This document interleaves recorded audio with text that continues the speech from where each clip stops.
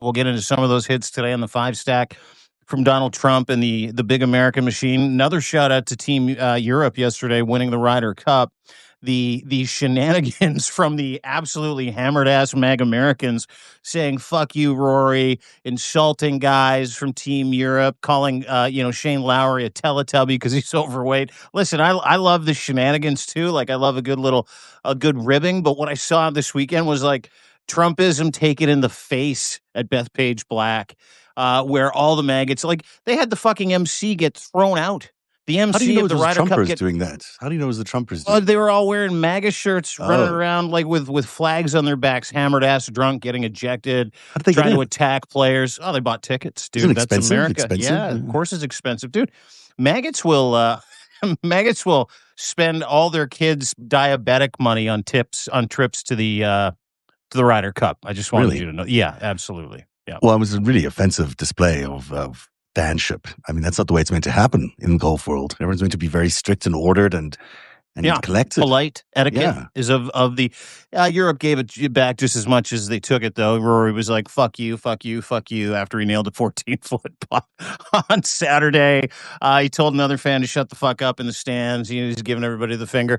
But it was nothing made me happier. And then watching Team Europe take it to Team USA on American soil, and then on their way back, posting a video from the locker room going, "Are you watching Donald Trump? Are you watching Donald Trump?" And then singing about Donald Trump again on the flight back to Europe as their families took off with the Ryder Cup trophy. So good weekend. Trump likes to sport watch, right? Like he really does. He likes to Plays golf. Sport washing. Yeah, but he's also that guy that likes to go to a sports event and be the center of attention and stuff like that. And so watching him, watching a Canadian team rip the American League East from his beloved Yankees, he got into it on Twitter this weekend as well and Truth Social Media.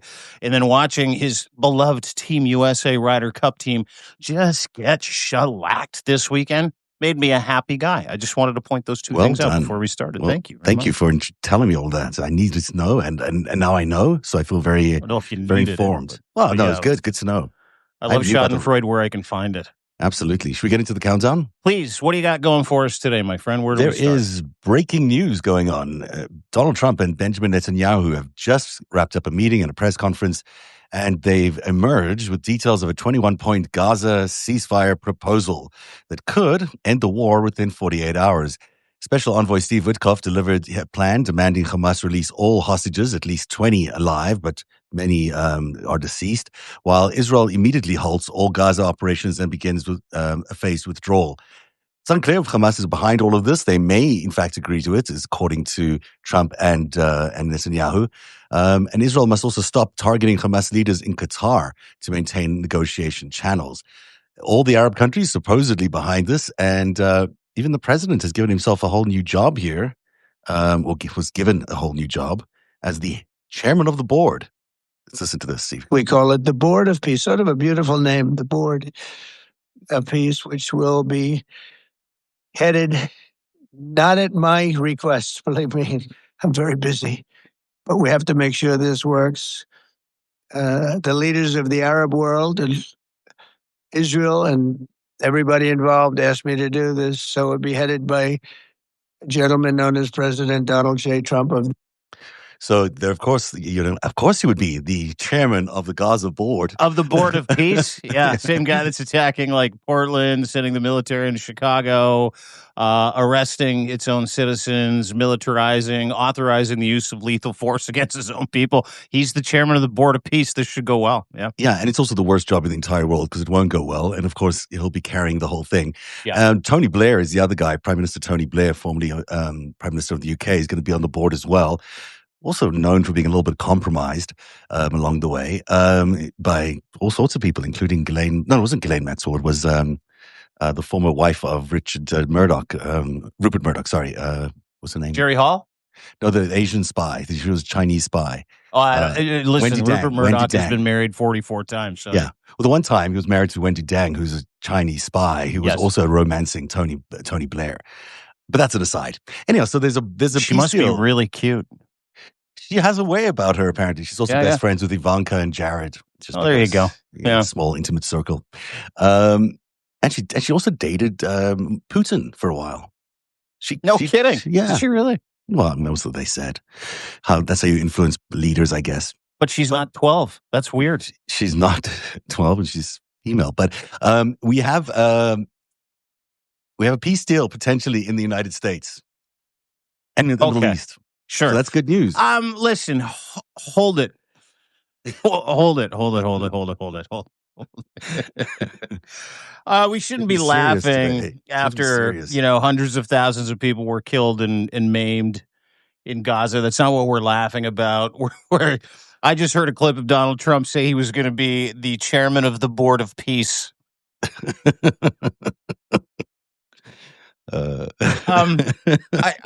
Listen, good, I guess, right? Like great, peace in the Middle East, as they say.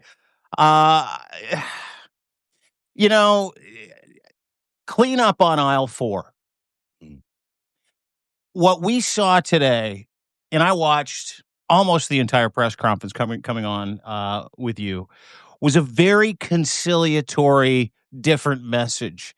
If you ask me to summarize what I saw today, to read between the lines, we saw Benjamin Netanyahu pretend to be defiant, but also understand that he has destroyed Israel's reputation on the world stage. Destroyed it. We got a printout of a phone call that happened where Benjamin Netanyahu and Donald Trump around the Resolute desk called the Emirati of Qatar, the royal family, Qatari prime minister, and we're like, "Hey, yeah, I got Ben here. He has something to say. I just had a chat with him." And the Qatari prime minister's like, "What do you want to say?" And Benjamin Netanyahu's like, "Hey, listen, sorry about bombing your city. We didn't mean it. We weren't coming for you. We were just coming for the Hamas guys. I know it caused a bit of a problem, but sorry about that." And then Trump was like, apparently on the radio, he's like, "See, told you I could make him apologize." And because Qatar threatened Donald Trump to take away the jet that they gave him. Like, we are living in a dystopian nightmare where they will curate between Trump and Netanyahu any sort of politically advantageous narrative. And they're both so fucking underwater that what I watched today was clean up on aisle 4, the fascist aisle, where all the fascist shit gets sold and bought, and you get to go and interact with fascism, and it's collapsed on top of each other because America's in the toilet, the Israel's in the toilet, and both of their fascist leaders have literally run amok for the past 9 months, and now they've started to understand that the free world fucking hates Benjamin Netanyahu and fucking hates Donald Trump. Both of their approval numbers are so desperately in the toilet, they'll do anything to get out from underneath it. That's what I saw yesterday. Correct me if I'm wrong, Zev. You might have a different take. I looked at the same press conference very carefully, and I was kept looking to see if there was any sign of Benjamin Netanyahu's hand, up Donald Trump's whatever, because it was basically just being a ventriloquist puppet for Benjamin Netanyahu. The entire plan is something that Bibi has been proposing for a long time. It doesn't involve any Palestinian leadership.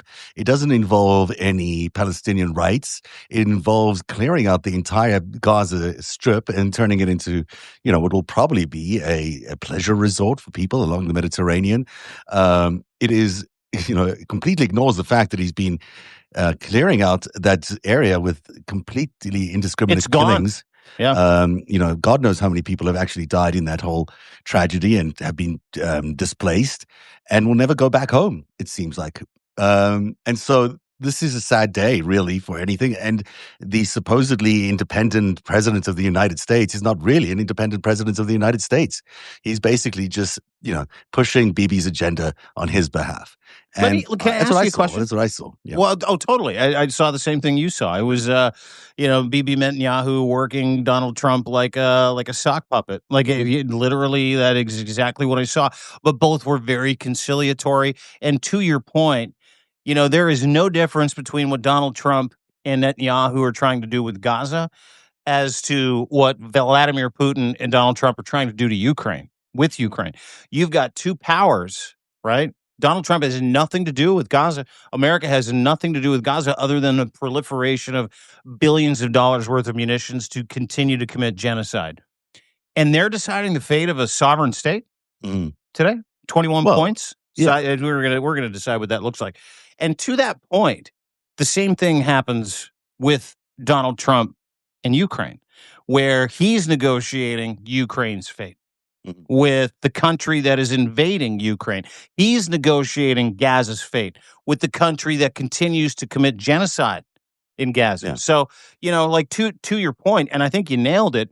He's an agent of whoever's going to give him the most money or give him, adulation or flattery to co-sign whatever fucking mission they want to contribute to. Like what I saw today was reconciliation. It was conciliatory, but it was also just, hey, listen, it's like an MC. Donald Trump is like an MC. You tell me what you want. I'll deliver that message. I'll interview you, and then we'll see where that lands with the people. That's what I saw today. You're so right to make the comparison with Ukraine and Russia, because basically that alliance of the Russian, Israeli, I'm just going to call it organized crime syndicate, is really what's running Donald Trump, has run Donald Trump for decades. That's how we know he was funded during the casino years through all that Russian money laundering. We know that Jeffrey Epstein was funded through Israel to a large extent and also Russia. So that whole network of people that are in charge of the United States right now came out of that alliance between Russia and the right-leaning party in Israel, the Likud party, which Benjamin Netanyahu represents. So it's not no coincidence that he happens to be performing on their behalf.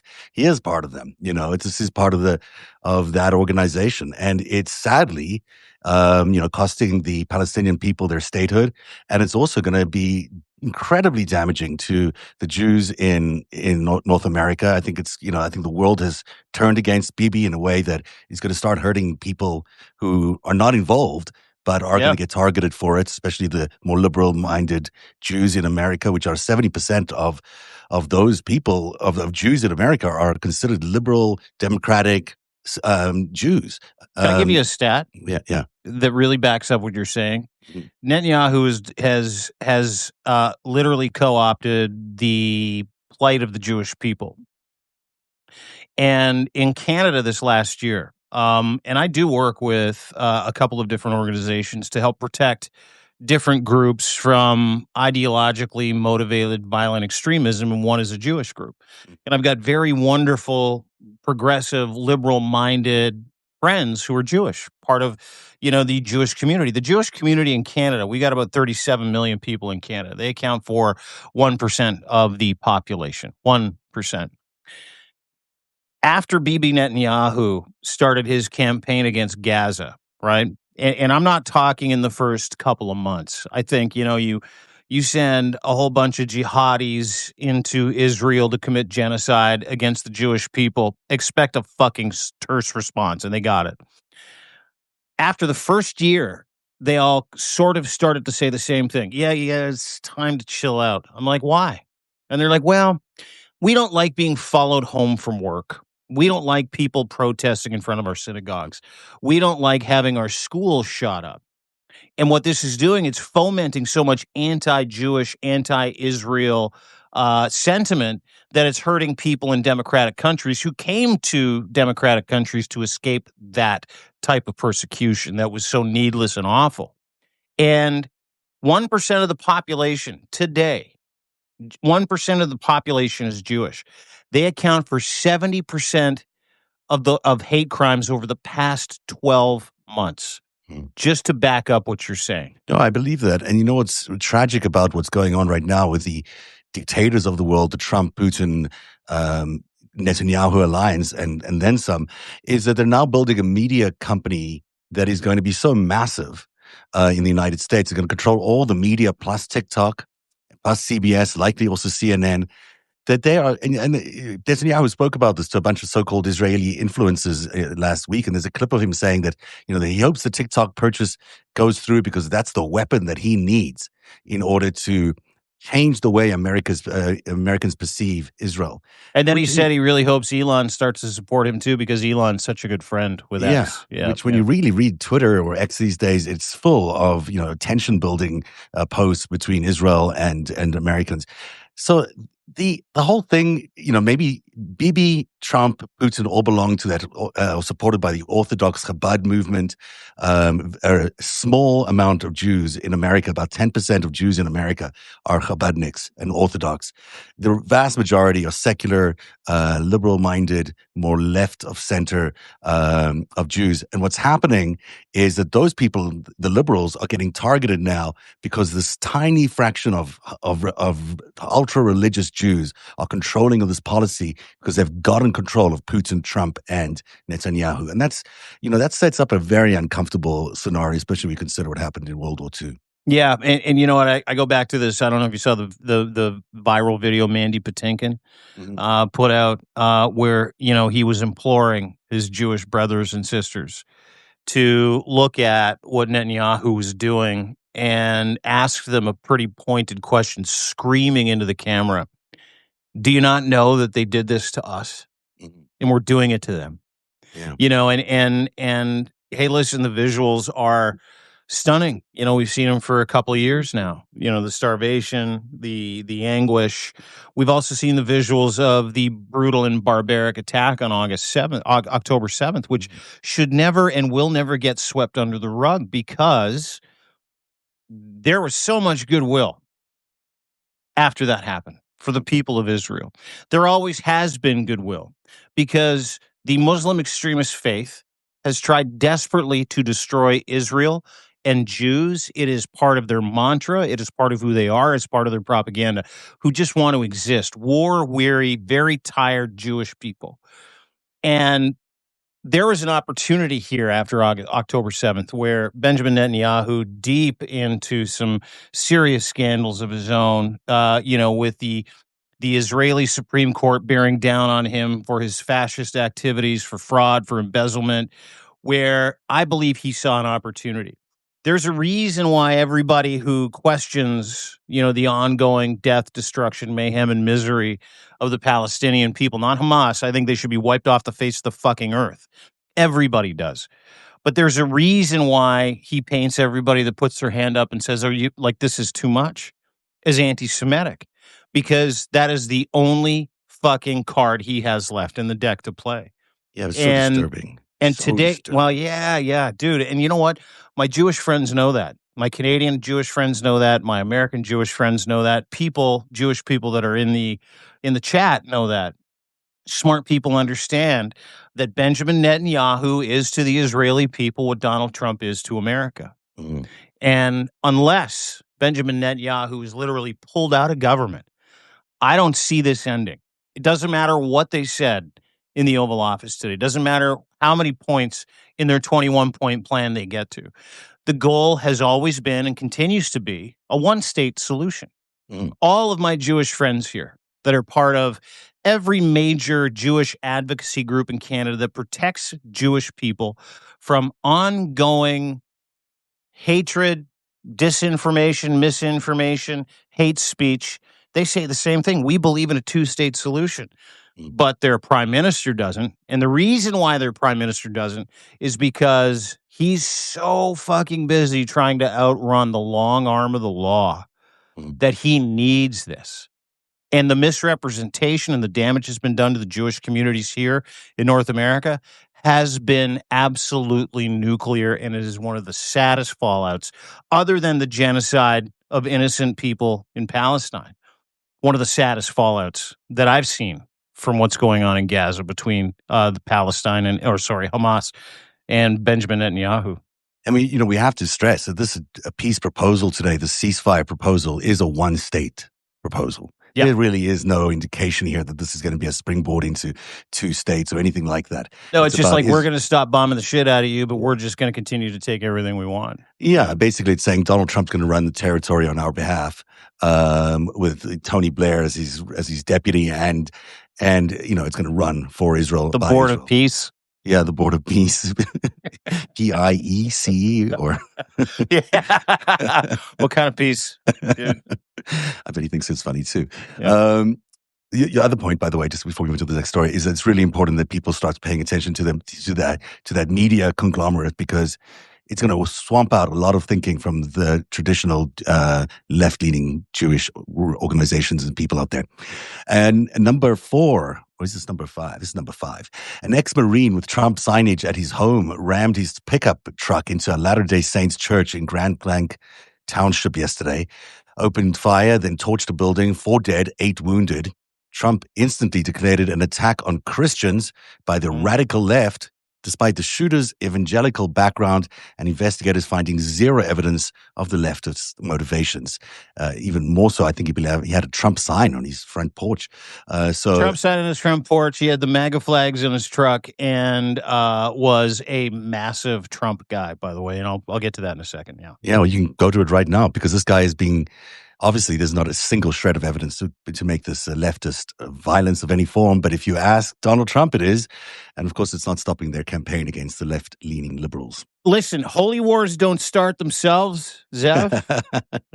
You know that. True. Yeah. I know that.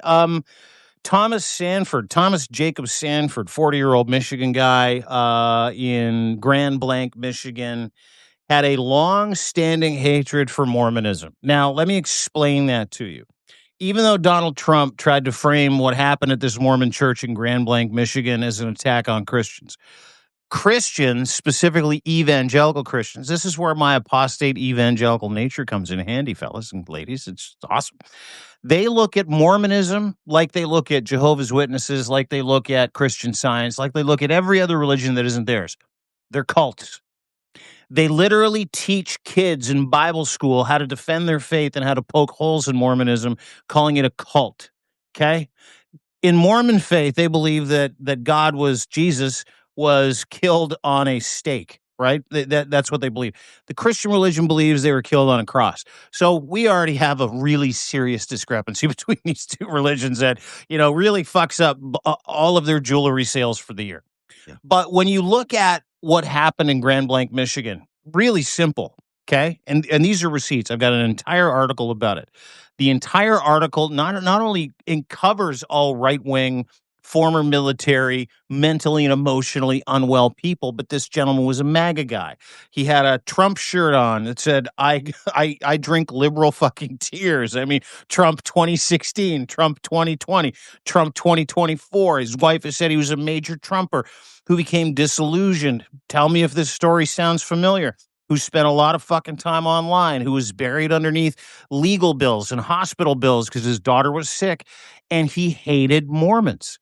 He thought he was on a holy mission that was sanctioned by MAGA and Trump to go and drive his truck into a Mormon church in Grand Blanc, Michigan, open fire with an AR-15 into the crowd, killing 4, injuring 8.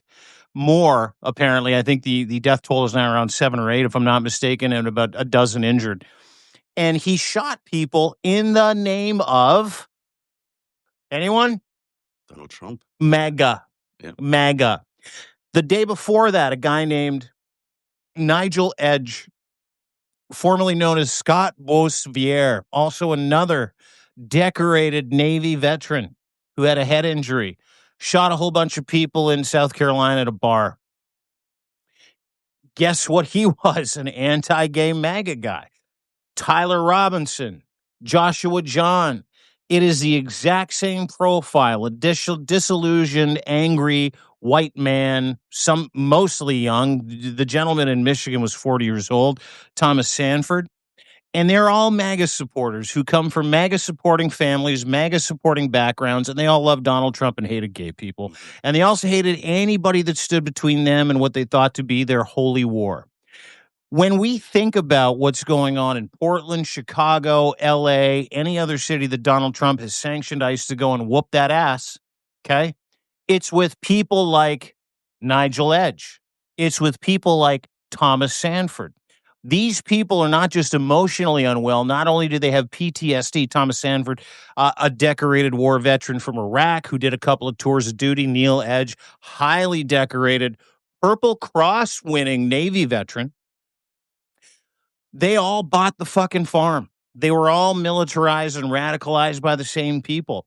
And what does Donald Trump, Kristi Noem, J.D. Vance, Jack Posobiec, the same echo chamber of hate-filled lunatics who radicalize those guys into being those people who are murdering people at an alarming rate in mass shootings across the United States? What do they all share in common? I'll tell you what they share in common. Every single one of those Trump regimers immediately said this is an attack on the Christian faith. Well, if the Mormon Church is a cult to Christians, not only did they knowingly co-opt it, if they didn't knowingly co-opt this one like they've knowingly co-opted all the other mass shootings, they're so fucking stupid that they didn't even stop to think about the relationship between Mormonism and Christianity. It doesn't exist. They only need the narrative, right? They don't care what the facts are. They just need to keep pushing it out there that this is a anti-Christian, anti-American, anti-right-wing, anti-MAGA, anti-Trump story. That's all they need to keep doing. They don't even care who it is. They don't care what the truth is. They don't care what the facts say. They just have to put out that story. And it lines up with this new policy that Donald Trump has started, by order, really. It's a brand new thing that he started last week called NSPM-7, which is really the equivalent of pre-crime surveillance, like they used to have in Minority Report. Crimes, yeah. Yeah. So now, if you're a left-leaning person who happens to want to write something about, let's say, income inequality, you will be categorized as anti-capitalist. If you want to write something in favor of trans rights, you might be flagged as a gender extremist. If you do something against Christianity or hostile to the traditional family, religion, or morality, you could be an anti-Christianity flag for a 4,000-person anti-terror task force that is basically taking these 7 qualifications to identify people as pre-terrorists, that they might one day commit terrorism. Isn't that cool? Yeah, well, it's a whole new term there for you, pre-terrorism. And there's a $10 billion AI data fusion site that Palantir has put together that can basically figure out which category you might fit into depending on what post you put out there. And you've got a full-fledged thought police run by AI under Trump's orders to look for these 7 indicators of what might be a pre-terrorist, which is really anyone who's sort of left of center. So this order that you talk about, which came out, I mean, think about every single narrative that they're trying to build around every single mass shooter, when the receipts are completely to the fucking opposite of the spin. But this order you put that you're talking about right now, yeah, it gives Donald Trump, ICE, DHS, federal law enforcement the ability to surveil your social media, surveil you, surveil your comments, public or not, private maybe, and then attach a terrorist charge to it. Is that what you're saying? They could flag you as a pre-terrorist. This is a new thing that they've created, to predict people's potential for becoming terrorists down the line. And I mean, what it really will do is that they'll be able to surveil. Let's say the Democrats in America are about 150 million people. It's a false number, but let's say it's 150 million people who are more left of center. It's probably way more. But what you've got there is those 150 million people could be under surveillance because they might post one of these things. Now, you may not rise to the pre-terrorism qualification, but it means that your social media is going to be scrutinized in a way that identifies you for your political thoughts. So what are the markers of that? What are the markers of identifying someone as a pre-terrorist? Well, are you anti-capitalist? Yes. Are you have you exhibited extremism on gender, which is really anything around trans rights? No. Are you anti-Christianity? I'm anti-religion, so yes. Are you hostile towards traditional American views on family, religion, and morality? Trump's views of original American morality and family, yes. Those aren't this full 7, but those gives you a good idea of what they are. I think those are the main ones. So I'm pre-terrorist. I qualify. Yeah. Okay. So cool. you qualify as a pre-terrorist. I think every Canadian would probably be a pre-terrorist. Yeah. Do you hate Donald Trump's ass? Yes. Yeah. That 88% of Canadians are pre-terrorists. Now, it's not really legal to go after spy on Americans. No way. You're not allowed to do this if you're. But because it's social media, I guess they've allowed themselves permission to do it. I'm sure it'll get challenged a million ways. But this is an actual memorandum, which is different from his usual executive orders. This is an actual directive. There is to task this 4,000 Joint Terrorism Task Force, which used to be about stopping actual terrorists. But now they'll be going after anyone who doesn't think and talk like Donald Trump. Hey, listen, the word terror and the word terrorist are so fucking important to this regime. Not only are they beta cucks who need the word to identify anybody who doesn't like them as terrorists, they are so fucking afraid that they need that designation, because what it means is they can put you into a bucket and then attack that bucket as if you are a fucking terrorist. Mm-hmm. And what Zev's talking about here means, I imagine all 1,000 people that are watching this right now are fucking terrorists or pre-terrorists. So congratulations, everybody. Wear it like a fucking badge of honor. You are a pre-terrorist in the Trump regime if indeed you, A, are empathetic, B, just don't like capitalism, C, don't like what Donald Trump is doing, and D, don't like what Donald Trump is creating in America. You know what they do with pre-terrorists? Well done. Or people they suspect of terrorism? They cut off their bank accounts is one of the things that they do the most of. So, maybe in our not too distant future, if you are saying something that's politically not aligned with MAGA, you might get your bank account frozen. That's just one of those things that can be done by them. That's the kind of stupidity and the retribution and the thought control these guys are going to try and introduce. I'm sure it'll get challenged by every court in the land, but still, matter of time before they don't just freeze that bank account and then take all your dough too. Exactly. Oh, of course they will. Yeah, absolutely. Here's the bridge to number 4. An anonymous man posted viral videos threatening to release what he claims is Speaker Mike Johnson's secret Grindr profile, complete with IP data and selfies. Unless Johnson swears in Democrats at the leader Jalva by Wednesday, triggering the 218th signature needed to force the release of the Epstein files. The story is from deanblundell.substack.com. There's a blackmail threat, I believe, against Mr. Johnson. I think you're correct. Mr. Johnson, yeah. Listen, I saw this video yesterday. And we'll play the video for you in a second, or the audio of the video in a second. In the video, the gentleman looks very confident that he's got Mike Johnson's secret Grindr profile and all the details, including screen grabs of Johnson trying to look tantalizing. I don't know anything about Grindr. I'm one of the fortunate people that has never been on a dating app. I've never had to, create a profile to have sex or a relationship. I've never done any of those things. Now, call me old-fashioned. I just don't feel like it's something that, like, if I created a dating profile, I feel like I've lost. So that's just me. That's just me. Plus, I'm happily in a relationship, all those things. I know, algorithms and the way that we work today, dating profiles and dating apps are cool for people. Grindr is a gay dating app, right? Mm. But it's not just for dating, I don't think, correct? Maybe you could kind of let me in on that, and then we'll go down the road of Mike Johnson's alleged Grindr about account. that. I don't understand what you're asking me about. That's not really my specialty. But I know Grindr isn't your specialty. But being a gay man, you understand what Grindr is for, correct? Yeah, look, there is, I know that you're pretending to come from like the 1950s, but and I applaud you for your alignment with Trump's traditional values there, because it sounds like you're very, very traditional. But the truth of it is, it's a hookup app as well as a networking app, as well as a friendship app, as whatever app you want it to be. Gay guys, and mostly guys, use it for, doing whatever you would do to connect with other people in this real world, which sometimes involves hooking up. Okay, good. So that's what Grindr is. Thank you very much for that explanation.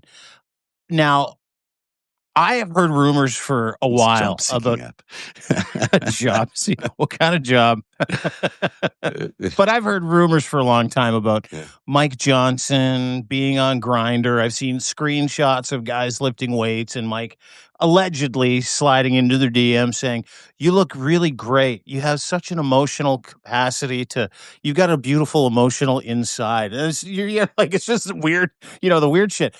But this gentleman, and let's play the video or play the audio from the video. He gave Mike Johnson till Wednesday to swear in this Arizona Democrat, Alita Gravalna, I believe is how you say her name, who won a special election in Arizona because she's the 208. Sorry. Here's a message for Speaker of the House, Mike Johnson. Yeah. Pay attention, bud. This is for Mike Johnson. If you're not Mike Johnson, you can keep scrolling or you can stay here and listen to what I have to say. Hey, Mike, you have until Wednesday to swear her in. Wednesday. Or I will release your Grindr profile and your IP address. I bring receipts, bitch. You're not going to sit there and actively work against LGBTQ rights and democracy. It is treason. Yeah, I'm calling you out for treason. You have until Wednesday to swear her in and let democracy take its course, or I will release your Grindr profile and your IP address. Ooh. Connects both to you, Mike. The choice is yours. Do the right thing. Because I'm petty. And I'm not above this bullshit. Go fuck yourself. I want your thoughts, but before I ask for your thoughts, because there's a couple things at play here. You should never out somebody if they don't want to be outed. And I truly do believe that. I think Mike Johnson's a special case, specifically because of his waging war against the LGBT community for so long. His wife's place in the conversion therapy universe, saying that she's the best at converting gay guys to straight guys. So, there's a bunch of stuff that lines up here. So, if indeed this gentleman has the receipts, and indeed by Wednesday, if this woman is not sworn in to get the 218 signature for the discharge position, and indeed this Grindr profile, hits the public square, where do you rank that in the gay community as far as like, you know what? Some guys got it coming, or maybe we shouldn't be doing that. I mean, there's probably like an exception for the outing rule for Mike Johnson just because he is so completely rabidly anti-LGBTQ. His entire career has been built on opposing LGBTQ rights and just being the most offensively, he used to work as a consultant, a legal consultant for the Defense of Marriage Organization. These are the most like right-wing, obnoxious, conservative LGBTQ haters in the world. So in his case, as with other politicians who vote in these awful discriminatory policies and laws, I think that is hypocrisy that needs to be revealed to their readers and their voters, at least. On the other hand, this is not really new. This has been out for a while. I wrote about it. You wrote about it in March. Yeah. So I didn't post it then. I saw the same things. Maybe this guy saw. I wrote about it, just because it was an interesting political thing that's been going on. I think it's arguable that you should be able to use these things against political leaders who are elected and then go against their political leanings in their private. Especially if they spread hate against the community, right? Yeah. But mostly people deserve a private life. I think we'll get really shitty politicians if every time they turn around and have a dalliance or, use a hookup act or whatever, it's splashed all over the media or in other places. I mean, everything happens online these days. Dating, hookups, all that stuff happens online these days. Yeah. If we really want good people in politics, we want good leaders in politics, we have to allow them to have a personal life as well. And and I think that sort of broadly excludes, sort of trafficking in this kind of material, generally speaking. Mike Johnson, maybe there's an exception. Okay. Would, and these are, I'm just going on rumors. I'm going to throw some names at you. Would Lindsey Graham be in that category as well? He's reputed to, he's reputed to be gay. I don't have any evidence to prove that, but judging by his rhetoric, if someone came forward with some Lindsey Graham receipts, that fits into the same category. Matt Schlapp. What about Matt Schlapp?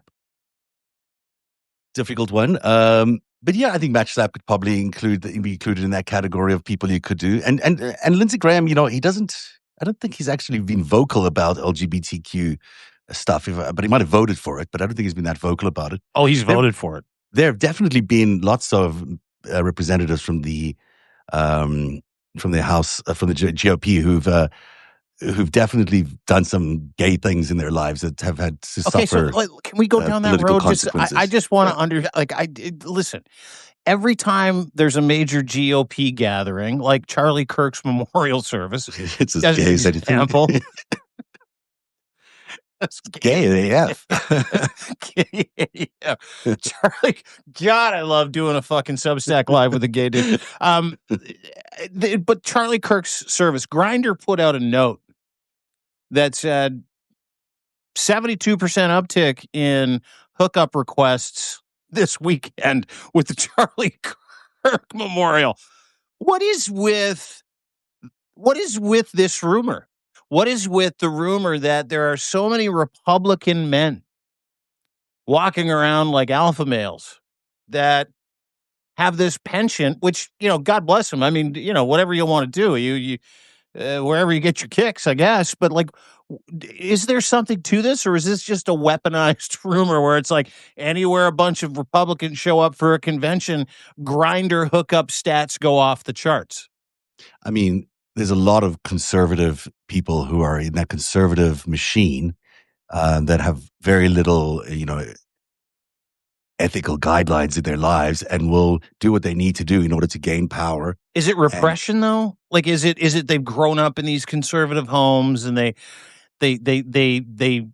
got this inner gayness that they can't let out, that, they show up to a thing, they're out of town, no wife, no kids, and they like, now I can let it fly. Is that part of it? I mean, I think that's true for everything. I think that in the sort of more conservative red states where, homosexuality is frowned upon and suppressed even, that of course it's showing up in the underworld there. Of course it's showing up in the sidelines of society because it's still happening. It's just not happening in any way that anyone will admit to it happening. So it's, it's probably rampant there as well.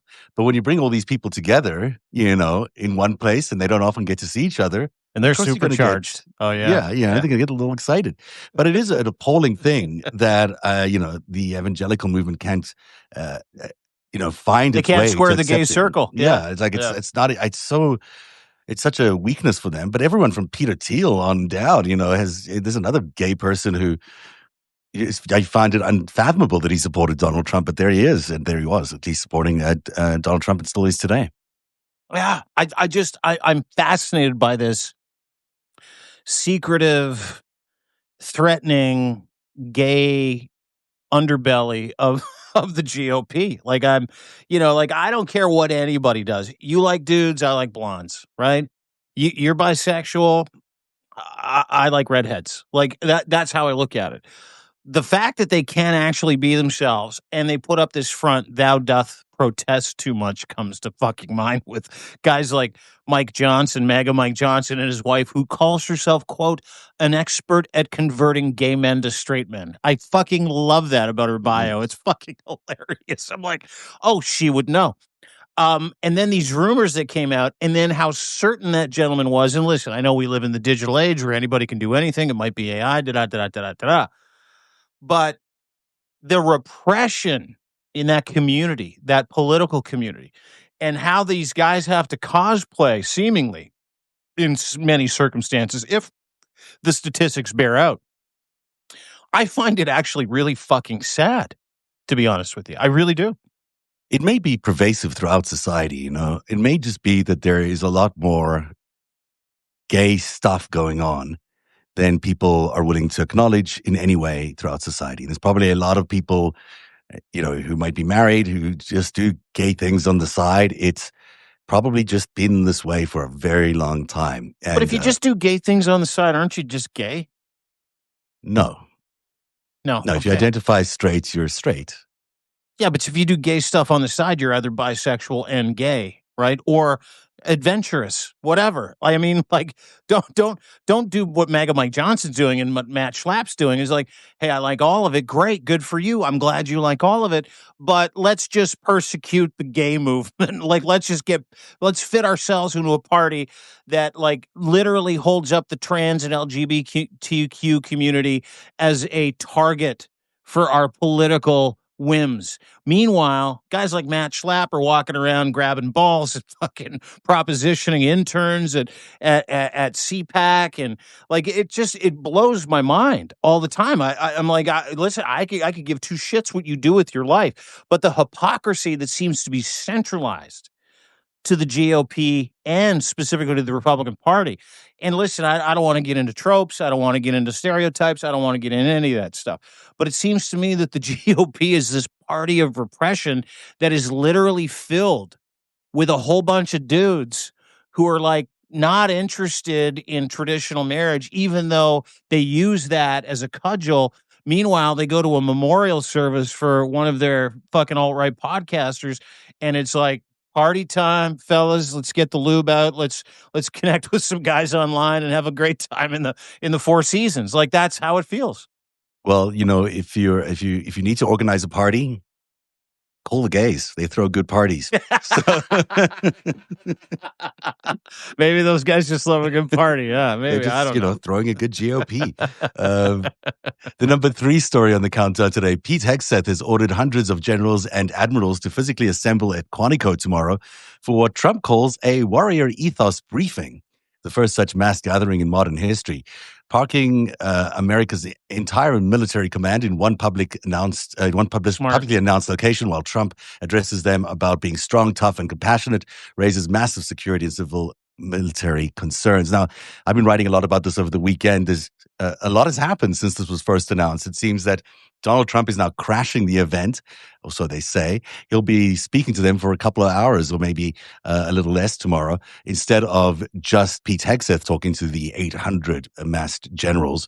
What will happen is anyone's guess. I mean, there are certainly people like Prof. Goggin,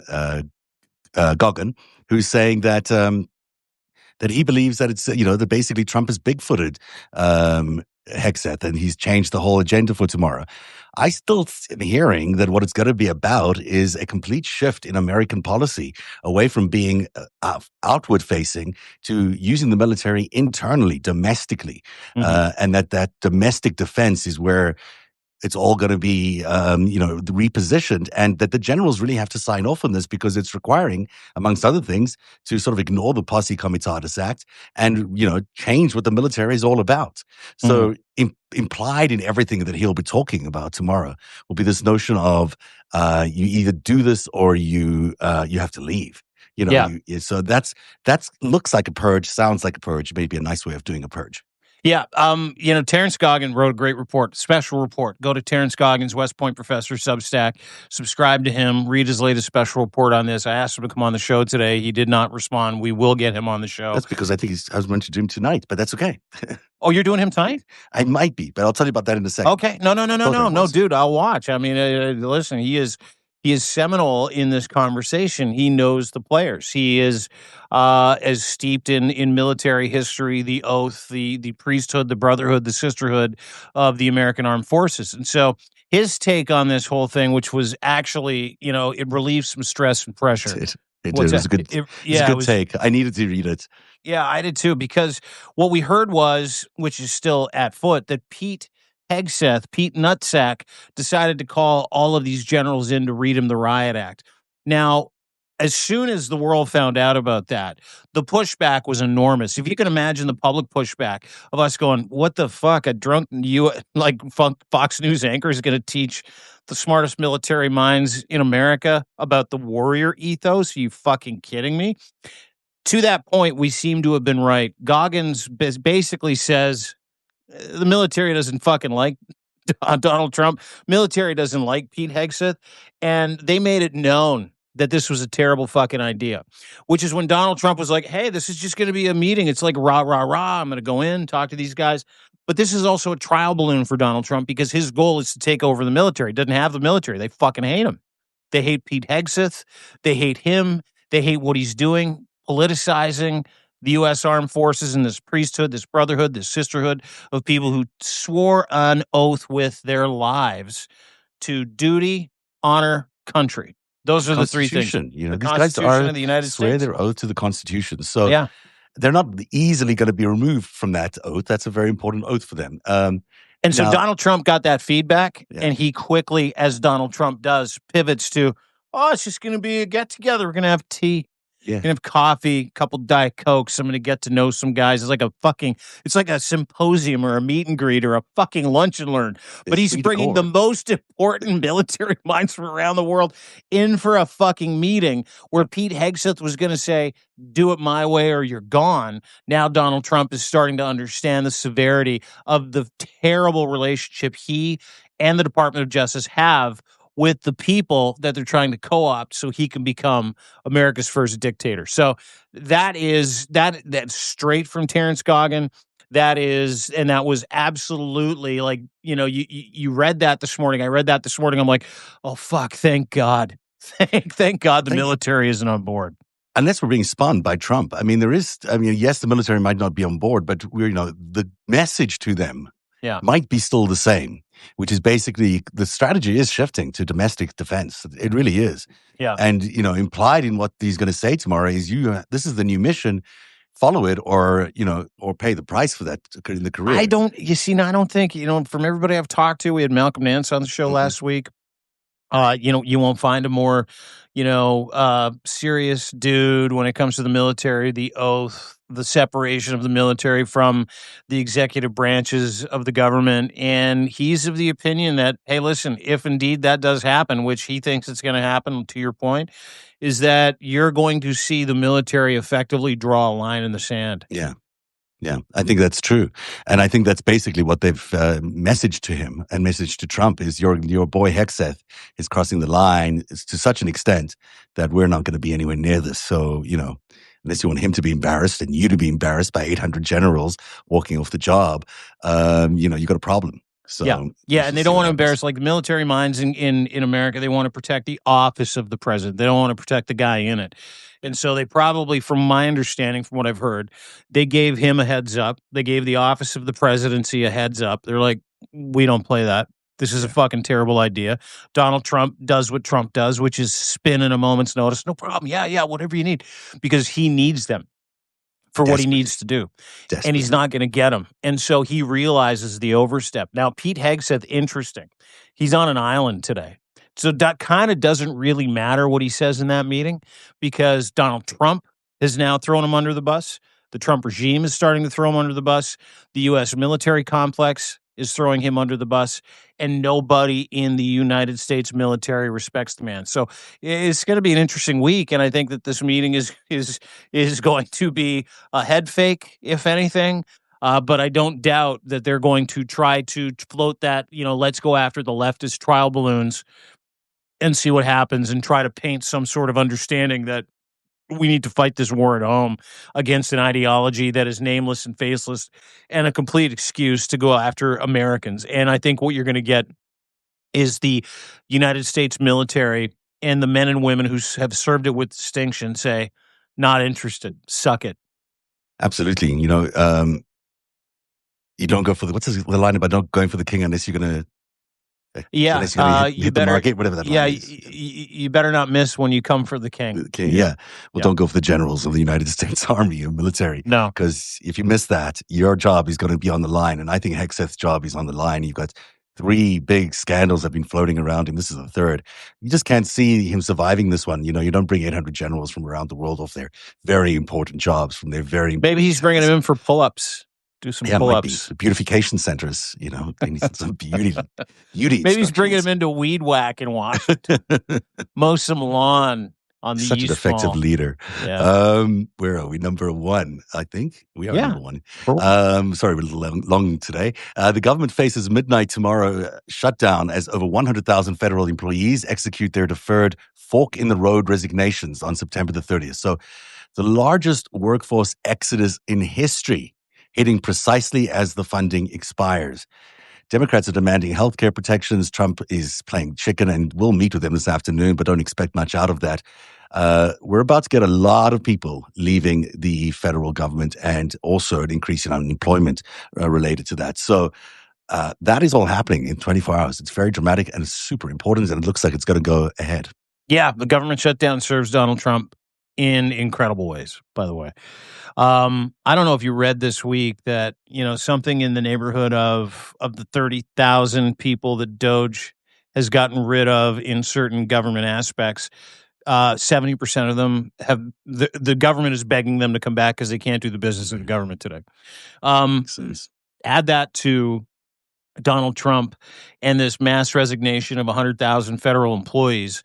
Doesn't matter if the government shuts down. Well, it does. It doesn't matter if the government shuts down.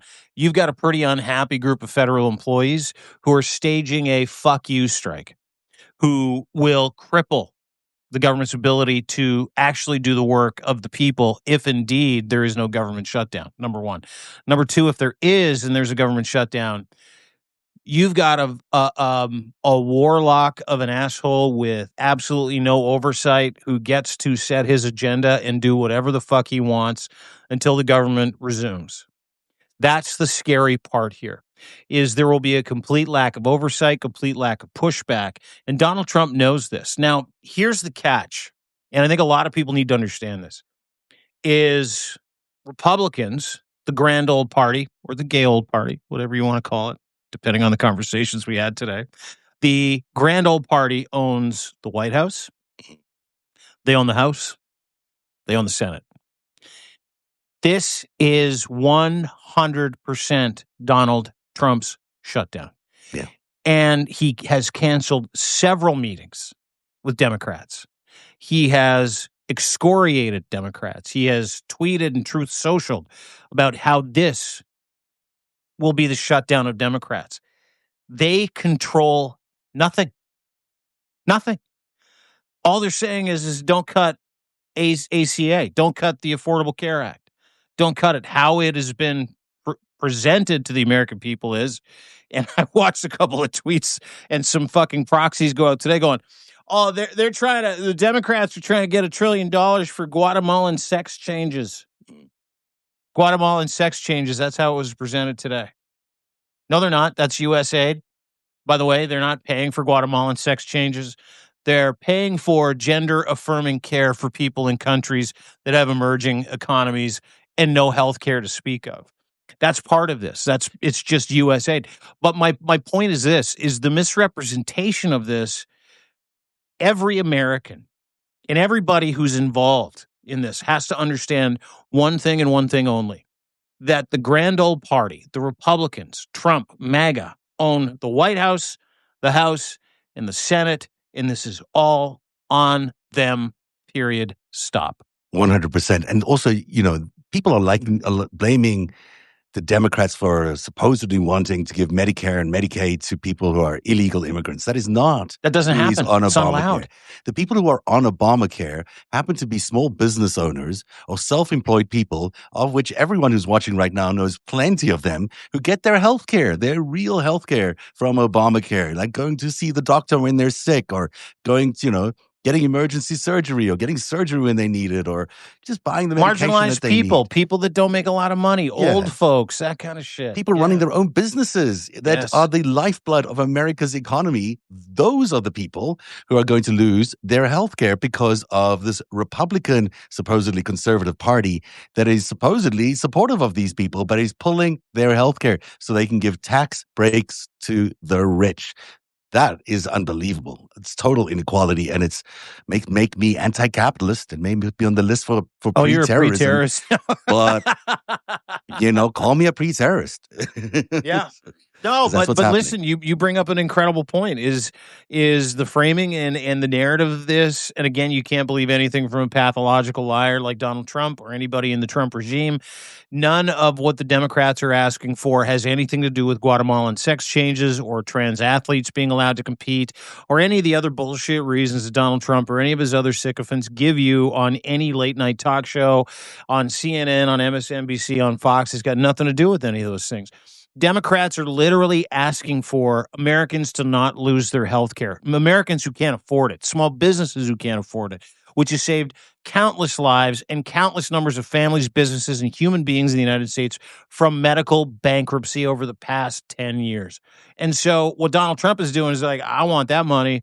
Fuck you. Don't give a shit. But he'll give $6 billion in arms to Israel.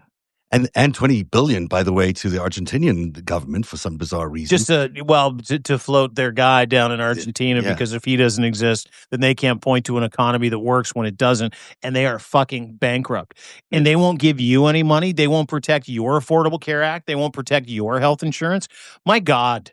And folks, to your point, it's actually the Republicans who voted for this bill, especially in the Senate, who who secretly were hoping the Democrats would put up this very fight against this bill, because they didn't want it passed either for this reason.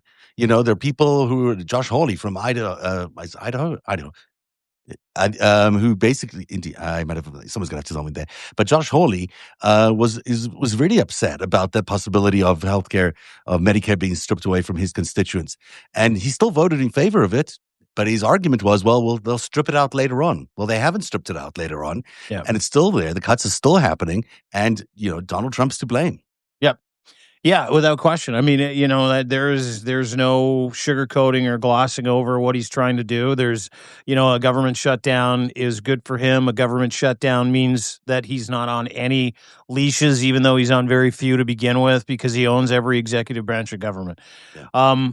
This is, and here's the thing, catch-22 for the Democrats, right? Like, they should not be supporting anything Donald Trump wants at all. And they know that. And they've done that before with the big, beautiful bill. And we know how that ended Chuck Schumer's reputation when it came to being a Democrat or a politician who might even be interested in democracy in the United States. It proves he is not.